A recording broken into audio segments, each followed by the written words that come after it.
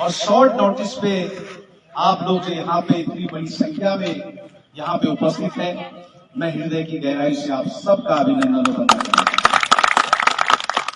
जैसा कि आप सब जानते हैं कि 15-20 दिन के बाद कहीं भी किसी भी समय चुनाव आचार संहिता लग सकती है। मैं आभार प्रकट करना चाहता हूं भाई यशपाल रावत जी का भी। और उत्तराखंड विधानसभा के चुनाव का शंखनाद उसी दिन से शुरू हो जाएगा। प्रजातंत्र में, लोकतंत्र में जनता के हाथ में सबसे बड़ी ताकत होती है। In democracy you get the government what you deserve and you get the politician what you deserve. लोकतंत्र में 5 साल में एक अवसर प्राप्त होता है और वो अवसर विश्व के सबसे धनी और एशिया के सबसे धनी वो अंबानी को भी प्राप्त है और हमारे गांव के सबसे गरीब व्यक्ति को भी वो अधिकार प्राप्त है। ये 2022 का चुनाव इस लैंसीडॉन विधानसभा की क्षेत्र की तस्वीर और तकदीर बदलने वाला है। इस राज्य की तकदीर और तस्वीर बदलने वाला है। ये 5 साल का ऐसा समय होता है जब हमें निर्णय करना होता है कि हमें अपने क्षेत्र को कौन आगे ले जाएगा, अपने क्षेत्र की दशा और दिशा तय करनी होती है। मैं भी भारतीय राष्ट्रीय कांग्रेस से मैंने आवेदन किया है अपने पार्टी के प्रत्याशी के लिए और मुझे पूर्ण विश्वास है अपने हाईकमान पे। वो हाईकमान मेरी 20 साल की इस क्षेत्र की तपस्या, प्रत्येक गांव-गांव का जो मैंने भ्रमण किया है, मुझे पूर्ण विश्वास है कि उनका आशीर्वाद मुझे अवश्य मिलेगा। और मैं अपने आप को सौभाग्यशाली समझता हूं कि मुझे इस क्षेत्र के नहीं पूरे राष्ट्र के गौरव जनरल टीपीएस रावत जी ने ठीक 1 साल पहले हमारे ही लोगों के बीच में अपना राजनीतिक उत्तराधिकारी घोषित किया। ये मेरे जीवन की सबसे बड़ी पूंजी है। आज की राजनीतिक युग में जहां व्यक्ति अपने बेटे को आगे बढ़ाता है, राजनीति अपने बहू को आगे बढ़ाते हैं, अपने परिवार के किसी व्यक्ति को आगे बढ़ाते हैं, वही जनरल टीपीएस रावत जी ने राजनीति में सत्य निष्ठा का इससे बड़ा उदाहरण भारतीय राजनीति में और कहीं नहीं हो सकता। मेरा उनसे खून का रिश्ता भी नहीं है, मैं उनका नजदीकी रिश्तेदार भी नहीं हूं और मेरे राजनीतिक जीवन की सबसे बड़ी पूंजी ये है कि जो 20 साल तक मैंने उनके साथ निस्वार्थ भाव से काम किया, उन्होंने न अपने बेटे को आगे बढ़ाया, न अपनी बेटी को आगे, न अपने बहू को आगे बढ़ाया और उन्होंने आपके ही गरीब बेटे को जो है अपना राजनीतिक उत्तराधिकारी। ऐसा राजनीति में बहुत कम उदाहरण मिलते हैं।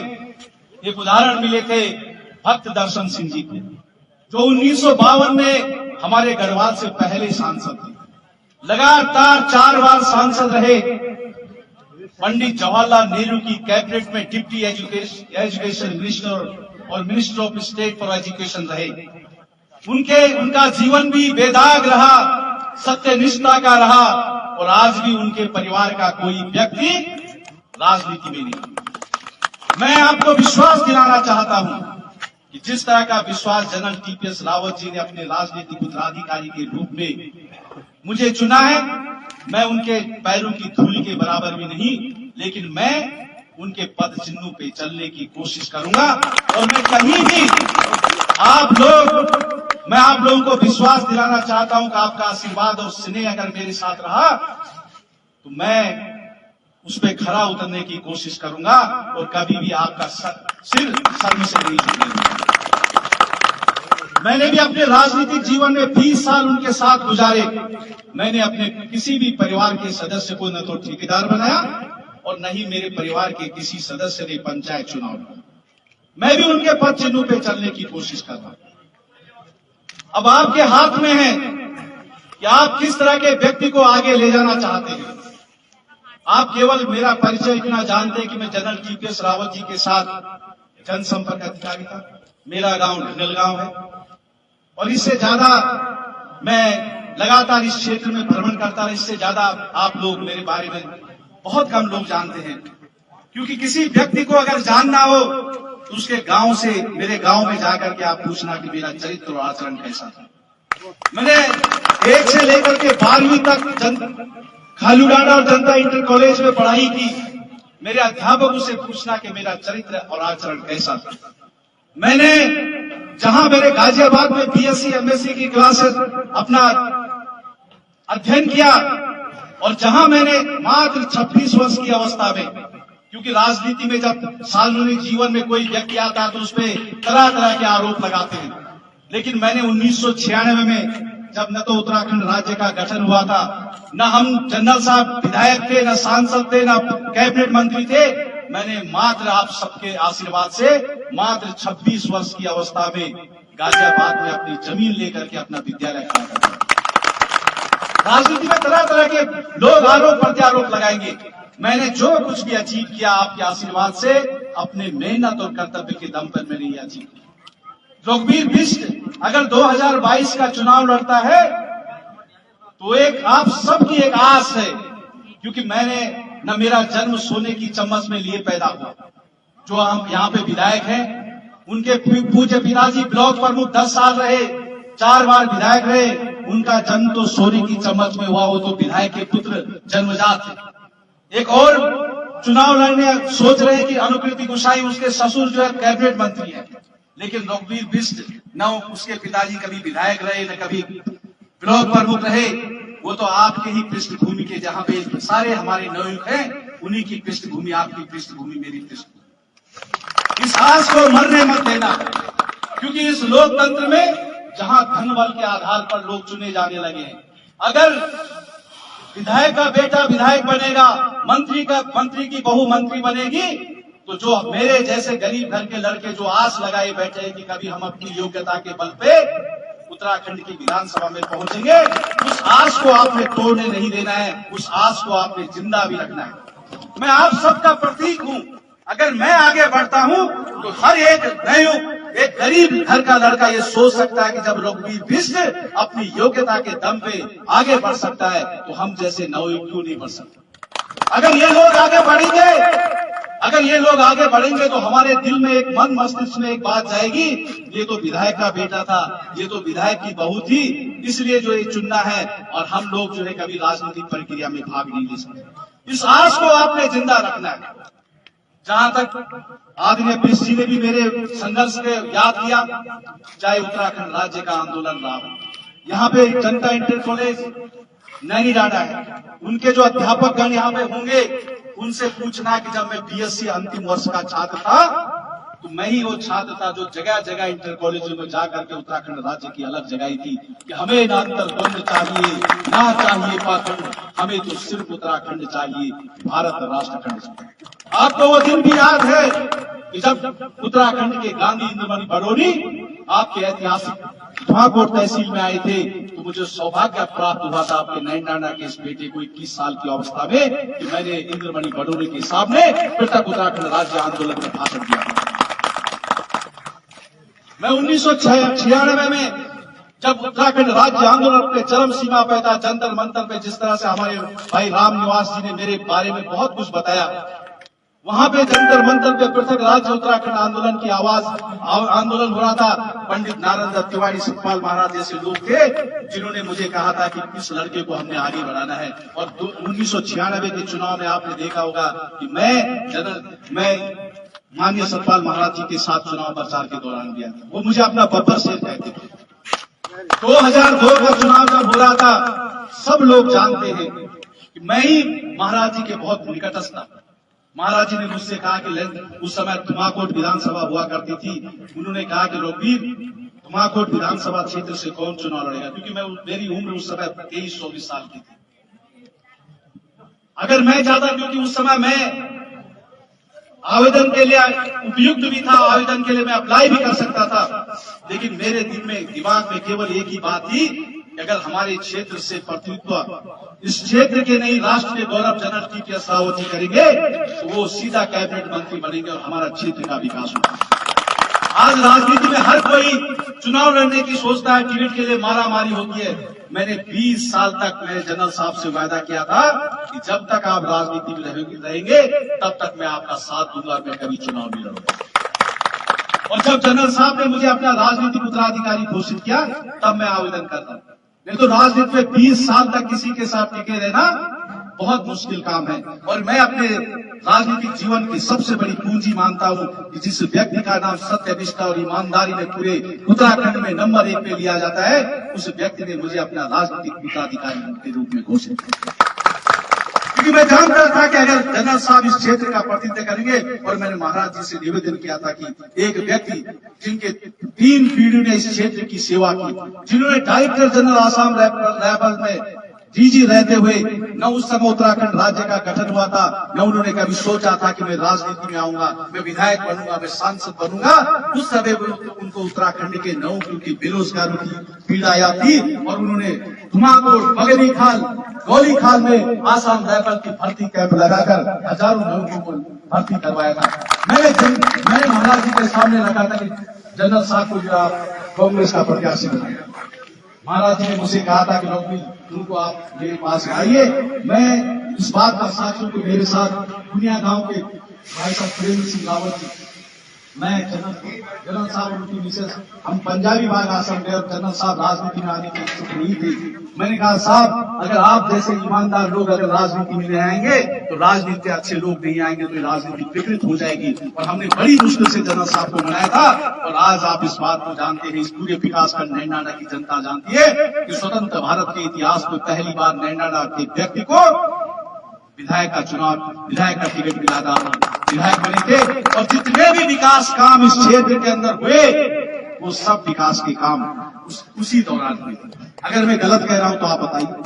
1952 से हम लगातार जनप्रतिनिधि चुनते आए थे, लेकिन स्वतंत्र भारत के इतिहास में पहली बार किसी व्यक्ति की सोच थी कि हमारे विकासखंड नैनाना के बच्चे हायर एजुकेशन करने के लिए रामनगर, कोटद्वार और देहरादून जाते हैं। उन्होंने सबसे पहले पंडित नारायण दत्त तिवारी के सामने मांग रखी कि मेरा दुर्गम क्षेत्र है, यहाँ डिग्री कॉलेज की स्थापना होनी चाहिए। और आज आप देख रहे हैं कि मैं जहां पे अजय कुमार को मैं भाषण देते हुए देख रहा था, जो पौधा जनरल TPS रावत ने पटोटिया डाले में लगाया था वो प्रथम छात्र संघ का अध्यक्ष आप लोगों के सामने आप लोगों को संबोधित कर, चाहे धुमाकोट पेयजल योजना हो, चाहे नैनाना की पेयजल योजना हो, ये सब उसी समय स्वीकृत हुई थी। चाहे शंकरपुर नैनाना मोटर मार्ग हो, धुमाकोट पीपली मोटर मार्ग हो, खालू डांडा अपोला सेरा मोटर मार्ग हो, आपका हल्दू खाल से लेकर के कमंदा मोटर मार्ग हो, चाहे कोटा पिंजली चेता मोटर मार्ग हो, चाहे गोली खाल आंसू मोटर मार्ग हो, चाहे दंडार से लेकर चैट चबर तक मोटर मार्ग हो, ये सब कार्यकाल सब जितने भी सड़कों का जाल बिछा वो उसी समय बिछा। चाहे मंदिरों का सौंदर्यकरण, बूंदी देवी मंदिर का सौंदर्यकरण, अदाली खाल मंदिर का सौंदर्यकरण, धुमाकोट मंदिर का सौंदर्यकरण, शंकर महादेव का शल्ड महादेव मंदिर का सौंदर्यकरण, अपोला में बद्रीनाथ मंदिर का सौंदर्यकरण, ये सब के सब कार्य उसी समय होते। जहां तक स्कूलों की उच्चीकरण की बात थी, चाहे आपका अपोला सेरा का उच्चीकरण हो, चाहे मोक्षण स्कूल का उच्चीकरण हो, चाहे कोचार स्कूल का उच्चीकरण हो, चाहे पटोटिया स्कूल का उच्चीकरण हो, चाहे दिगोली खाल स्कूल का उच्चीकरण हो, सारी की सारी स्कूलें उसी समय उच्चीकृत हुई। और आपने 10-15 साल का पीरियड भी आपने देख लिया। एक भी काम आप गिना दीजिए जो मोबाइल टावर में लगे थे वो जनरल TPS रावत जी के दौरान लगे थे। जगह जगह सड़कों पे हैंडपंप लगे थे, वो किस समय लगे थे? जनरल TPS रावत जी के कार्यकाल में लगे। यहाँ पे हमारा नैनाना का जो कम्युनिटी हेल्थ सेंटर है उसकी बिल्डिंग कब बनी थी? वो भी उसी समय बनी थी। और आज इन 10 साल के अंदर आपने देखा ये हमारा जो कम्युनिटी हेल्थ सेंटर है वो केवल और केवल डॉक्टर वहां सिर दर्द और बुखार की दवाई के अलावा उनके पास कुछ नहीं। आज भी हमारी माता और बहनों को अगर वो पेड़ से गिर जाती है तो उनको एक्सरे करने के लिए रामनगर कोटद्वार जाना पड़ता है, ब्लड टेस्ट करने के लिए रामनगर कोटद्वार जाना पड़ता है, अल्ट्रासाउंड करने के लिए रामनगर कोटद्वार जाना पड़ता है। लेकिन 15 साल के अंदर इस तरह की कोई व्यवस्था नहीं हो पाई कि हमें ब्लड टेस्ट करने के लिए रामनगर, अल्ट्रासाउंड करने के लिए रामनगर और एक्सरे करने के लिए रामनगर न जाना पड़ता। यहाँ के छात्र छात्रा जितने हमारे साथ युवा साथी जुड़े हुए हैं वो लगातार मांग कर रहे हैं जो आपने जनरल टीपीएस रावत जी ने पटोटा में पीडी डिग्री कॉलेज बनाया है उसकी पीजी क्लासेस शुरू कर दी जाए। अभी धामी जी ने 7 महाविद्यालयों में पीजी क्लासेस शुरू करने की घोषणा की, लेकिन दुर्भाग्य के साथ हम कहना चाहते हैं कि आज भी हमारा नैनाना का डिग्री कॉलेज और रिकड़ी काले का डिग्री कॉलेज पीजी क्लासों से बंद है। मुख्यमंत्री ने 2 बार घोषणा की कि कॉर्बेट नेशनल पार्क गढ़वाल से यहां से रंथुआ ढाब से खोला जाए, मैदाबंद से सफारी शुरू की जाए, कालिंगू गेट से सफारी शुरू की जाए, दुर्गा देवी मैदाबंद मोटर मार्ग को खोला जाए, लेकिन 2 बार घोषणा के बावजूद भी अभी तक उस पर कोई कार्य नहीं। आप सब जानते हैं कि कॉर्बेट नेशनल पार्क का 2/3 हिस्सा हमारे गढ़वाल में है, 1/3 हिस्सा केवल कुमाऊं में है, लेकिन वहां के लोग बुद्धिजीवों को आगे बढ़ाते हैं, उन्होंने अपने नेता पैदा किए। और आप देख रहे हो कि रामनगर का क्षेत्र, वहां लड़के हमारे बच्चे, हजारों बच्चे, कोई सफारी चला रहा है, कोई सोवेनियर शॉप चला रहा है, कोई रेस्टोरेंट चला रहा है, कोई टूरिस्ट गाइड का काम कर रहा है, लेकिन 2/3 हिस्सा होने के बावजूद भी हमारे क्षेत्र में कॉर्बेट नेशनल गेट नहीं खुला। ना अगर ये गेट खुलता है तो हमारे हजारों बच्चे कॉर्बेट इको टूरिज्म से जुड़ जाएंगे, कोई सफारी चलाएगा, कोई टूरिस्ट का काम करेगा, कोई गाइड का काम करेगा, कोई होटल खोलेगा, कोई मोटल खोलेगा, कोई सोवेनियर शॉप खोलेगा, कोई वर्कशॉप खोलेगा। मैं आपको वायदा दिलाना चाहता हूं कि अगर आपका आशीर्वाद हमें मिला तो मेरी पहली प्राथमिकता होगी कि यहाँ से सफारी शुरू की जाए। और जब लालधार सिसंडी मोटर मार्ग खुल सकता है तो हमारा दुर्गा देवी बंजा देवी मोटर मार्ग क्यों नहीं खुल सकता? दुर्गा देवी बंजा देवी मोटर मार्ग से रामनगर की दूरी मात्र 30 किलोमीटर है। मुझे सौभाग्य प्राप्त होता है जब मैं जगह जगह नौगांव, बरोला, उत्तरकाशी, पिथौरागढ़ जाता हूं तो वहां के क्षेत्रों में बड़े बड़े एनजीओ काम कर रहे होते हैं। अजीम प्रेमजी फाउंडेशन काम कर रहा होता है, रिलायंस फाउंडेशन काम कर रहा होता है, भुवनेश्वरी महिला आश्रम काम कर रही होती है, हंस फाउंडेशन की करोड़ों रोजगार की योजनाएं करोड़ों प्रोजेक्ट चल रहे होते हैं। लेकिन दुर्भाग्य के साथ कहना चाहता हूं कि हमारे विकास खंड नैनाना, रिकड़ी और जहरी खाल में न तो अजीम प्रेमजी फाउंडेशन काम कर रहा है, न आपका रिलायंस फाउंडेशन काम कर रहा है, न हंस फाउंडेशन काम कर रहा है, क्योंकि यहाँ के विधायक की इतनी सोच नहीं कि उनके चीफ एग्जीक्यूटिव ऑफिसर से बात कर सके। अगर ये एनजीओ हमारे क्षेत्र में करोड़ों रुपए के प्रोजेक्ट काम करते तो हमारे गरीब, जो हमारे बेरोजगार नौजवान हैं, उनको भी रोजगार प्राप्त। हमारे यहाँ 3 सिडकुल है, सिडकुल रुद्रपुर, सिडकुल हरिद्वार और सिडकुल सेलाकुई। सिडकुल का मतलब जहां उद्योग लगाते हैं, उद्योगपति उद्योग लगाते हैं। और जगह के विधायक फैक्ट्री के मालिकों से मिलते हैं, उनके एचआर मैनेजर से मिलते हैं, उनके पर्सनल मैनेजर से मिलते हैं और उनसे कहते हैं कि हमारा क्षेत्र पिछड़ा क्षेत्र है, यहाँ भर्ती मेला लगाइए। लेकिन हमारे क्षेत्र के विधायक, उनकी सोच नहीं है कि वो मालिकों से मिल सके और वो कह सके कि यहाँ भर्ती कैंप लगवाए। मुझे याद है जब जनरल टीपीएस रावत जी पर्यटन मंत्री थे, उन्होंने इंडस्ट्रियल सेक्रेटरी संदीप चोपड़ा से बात की थी और उन्होंने उस समय कहा था कि मेरे क्षेत्र में आप भर्ती मेला आयोजित रखवाइए। और आपने देखा होगा कि आईटीसी जो इंटरनेशनल टोबैको कंपनी है, उसने यहाँ पे भर्ती मेला आयोजित करवाया था और हमारे क्षेत्र के जितने भी बच्चे आईटीआई में थे, जितने अनस्किल्ड बच्चे थे, कम से कम 100 लड़कों को यहाँ से रोजगार मिला। आज 10 साल और 15 साल के अंदर देखिए इन क्षेत्रों में विधायक जी ने यहाँ के लोगों को कितना रोजगार दिलवाया। केवल विधायक जो है भांडे बर्तन बांटने के लिए नहीं है। आज लोग केवल भांडा वाला अमल विधायक जो ठटेरा बढ़ना कि नहीं। विधायक का काम क्या है? राज्य स्तरीय योजनाओं को धरातल पे उतारना। विधायक का काम नहीं, विधायक निधि की बंदर बांट। विधायक तो आप कहते ही बना दो, वेल भांडा बटी तो कुछ कहते ही बना दो। एक विधायक को 4.25 करोड़ रुपए हर साल विधायक निधि मिलती है, लेकिन विधायक निधि की बंदर बाट के अलावा इस विधानसभा के अंदर कोई काम नहीं हुआ। जितने शिलान्यासों की बाढ़ आ चुकी है, लेकिन आप देख रहे हैं कि जितने भी शिलान्यास हुए उन शिलान्यासों पे काम नहीं हुआ। आपके सामने ही कुटिला मोटर मार्ग है, वो शिलान्यास बंद पड़ा हुआ है। मोक्षण का शिलान्यास हुआ, वो बंद पड़ा है। जहां जहां भी आपने देखा होगा केवल और केवल विधायक निधि के बंदर बाट के अलावा और कुछ नहीं। विधायक निधि से सड़क बनाई जा रही है, न उसका अलाइनमेंट ठीक है, न वो पीडब्ल्यू से अप्रूव है। अगर ईश्वर न करे अगर उसकी कोई दुर्घटना घट जाए तो उसका मुआवजा भी नहीं मिलता। और फिर ग्राम सभा के पास कोई पैसा नहीं है। एक साल में बरसात आती है, फिर मलबा आ जाने और फिर जो ग्राम सभा के पास पैसा नहीं है। आप जितने भी रोड विधायक निधि से देख रहे होंगे कोई रोड कामयाब नहीं है। और जेसीबी का अपना चमचू लेकर रखा चाहिए और वही जो जेसीबी लेके जाने चाहिए, वही जो पैसा डकर में 4 लाख विधायक भी खर्च दिखाने चाहिए, 1 लाख भी खर्च नहीं करनी चाहिए बैंक सब डकर में। और केवल विधायक निधि बंटल बांटा वाला आप देखो, अगर एक क्षेत्र में जो कोई विकास योजना हो रही तो आप बताओ, आप वैसे ही वोट दे लिया। आप तो जनरल साहब भी बोलना चाहिए कि आप जो तुलनात्मक अध्ययन कीजिए और ईमानदारी से कीजिए। और तब जो यार आप लोगों से अनुरोध विशेषकर युवा साथियों से, क्योंकि युवा जब जाग जाता है तो चाहे फ्रांस की क्रांति हो, जर्मनी की क्रांति हो, अमेरिका की क्रांति हो, चाहे उत्तराखंड आंदोलन हो, अगर युवाओं ने ठान लिया परिवर्तन की तो निश्चित रूप से वो परिवर्तन करके रहते हैं।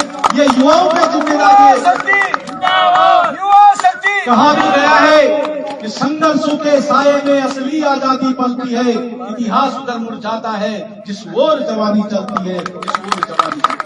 आप सब दायित्व चले, क्योंकि एक व्यक्ति आज से मैं आपको बताना चाहूँ कि आप जो है एक लिस्ट बना दो और कम से कम एक लोग जो सबसे पहले परिवार वालों का नाम, फिर रिश्तेदारों का नाम। और अगर आपने अपने परिवार और रिश्तेदारों को भी कन्विंस कर दिया कि आपने क्षेत्र के विकास के लिए आपकी बात परिवर्तन करना है तो निश्चित रूप से वो परिवर्तन होके रहेगा। हमारी मांग यह भी है, आप देख रहे होंगे कि सत्ता के विकेंद्रीकरण के लिए उत्तराखंड राज्य का गठन हुआ था। हमारा ये ब्लॉक सबसे पिछड़ा क्षेत्र ब्लॉक है, 15 ब्लॉकों में सबसे पिछड़ा क्षेत्र है, जहां गोदियाल जी ने अपने राज क्षेत्र को पिछड़ा क्षेत्र घोषित किया, लेकिन हमारे विधायक के अंदर वो ताकत नहीं थी कि उस क्षेत्र को पिछड़ा क्षेत्र घोषित किया। आपका सहयोग और आशीर्वाद रहा तो हम सब लोग मांग उठाएंगे कि हमारा ये क्षेत्र पिछड़ा क्षेत्र घोषित हो। अगर यह क्षेत्र पिछड़ा क्षेत्र घोषित होगा, जिस तरह से गणेश गोदियाल जी ने अपने राज क्षेत्र को पिछड़ा क्षेत्र घोषित किया, तो आज वहां जो 21% पिछड़े वर्ग को आरक्षण मिलता है, उस क्षेत्र से वहां के एमबीबीएस लड़के भी निकल रहे, वहां इंजीनियरिंग में लड़के निकल रहे और उनको कोटा वो सामान्य वर्ग से भी है, चाहे किसी भी वर्ग से, उसको जो है पिछड़े क्षेत्र का निश्चित रूप से लाभ प्राप्त होता है। जहां तक ये सड़कों की बात है, अभी यहाँ पे हमारे प्रिंसिपल साहब ने भी सड़कों अपने गांव तक आगे सड़क की बात की। मैं आपको विश्वास दिलाना चाहता हूं, क्योंकि मैं जनरल टीपीएस रावत जी का सिपाही रहा हूं। वो कभी जो है झूठे घोषणाएं नहीं करते, वो कभी बोलते भी नहीं थे कि मैं ये करूंगा, लेकिन मैं आपको विश्वास दिलाना चाहता हूं कि जो आप लोगों का सहयोग आशीर्वाद अगर मुझे मिलेगा तो मैं आपके उसमें कभी डिग्री नहीं दूंगा, आपके विश्वास को डिग्री नहीं दूंगा। ये मैं आपको विश्वास दिलाना चाहता हूं। और मैं तो ये भी कहना चाहता हूं कि अगर 5 साल में मैं कोई काम नहीं कर पाया तो आप मुझे दोबारा मत चुनना, लेकिन एक बार मौका तो दीजिए, किसी को नए व्यक्ति को तो मौका दीजिए। एक व्यक्ति, एक और भी कोई दावेदार और आ रहे हैं, उनसे पूछो कभी दिलीप रावत जी का नाम आपने 10 साल से पहले कभी सुना था? कभी नहीं सुना था। उन व्यक्तियों को इस क्षेत्र से कभी पीड़ा नहीं हो सकती। हमारे क्षेत्र में तो मुख्यमंत्री के रूप में भी दिया है, मुख्यमंत्री से तो बड़ा इस क्षेत्र का कोई नहीं हो सकता, लेकिन इस क्षेत्र का विकास वही व्यक्ति कर सकता है जिसको इस क्षेत्र से पीड़ा हो। एक और जो आजकल कंबल बटन आ रही, 20 करोड़ रुपया जो राशन घोटाला का यूज, आप समझ लो श्रम विभाग से 20 करोड़ रुपए का राशन घोटाला किया हुआ है। राशन जो एनजीओ का देरा पर बॉडी मंत्री ने अनुतब राशन बढ़ने चाहिए। ये लोग हमारे क्षेत्र का कभी भला नहीं कर सकते। ये का क्षेत्र में भलतू भी कह सकते, जैसा शैल का मालूम माल, जैसा चोगड़ा मालूम माल, जैसा उटिंडा मालूम माल, जैसा चमड़ा मालूम माल, जैसा बेलम मालूम माल, जैसा गुटड़ा मालूम माल। ये तो केवल चुनाव के टाइम पे, ये 4 साल पहले कब चाहिए, आप उनसे भी पूछना। मैं 20 साल से, चाहे हम सत्ता में हैं चाहे सत्ता में नहीं रहे, उसके बावजूद भी लगातार क्षेत्र के विकास के लिए, क्षेत्र की समस्याओं को उठाने के लिए आगे।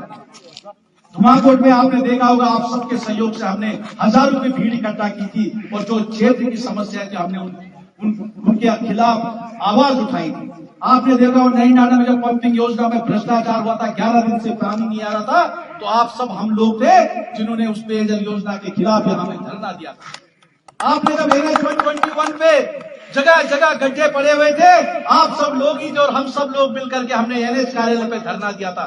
तो आपको ये देखना है कि जो आपके दुख दर्द में आप किस क्षेत्र की समस्याओं के लिए आगे आता है, निश्चित रूप से मुझे पूर्ण विश्वास है कि आप ऐसे व्यक्ति को निराश नहीं होने देंगे, उसकी आस नहीं मरने देंगे। मैंने कहा नहीं, ये रघुवीर मिश्र का कुछ नहीं बिगड़ेगा, ये उस व्यक्ति की, उस गरीब लड़के की आस बुझेगी जो कभी सपने में भी सोचता है कि मेरा बाप तो कभी विधायक नहीं रहा, मेरा दादा तो कभी प्रमुख नहीं रहा, मैं भी अगर अपने योग्यता के बल पर मैं प्रजातांत्रिक व्यवस्था में भाग ले सकता हूं, उस आस को आप नहीं मरने देना।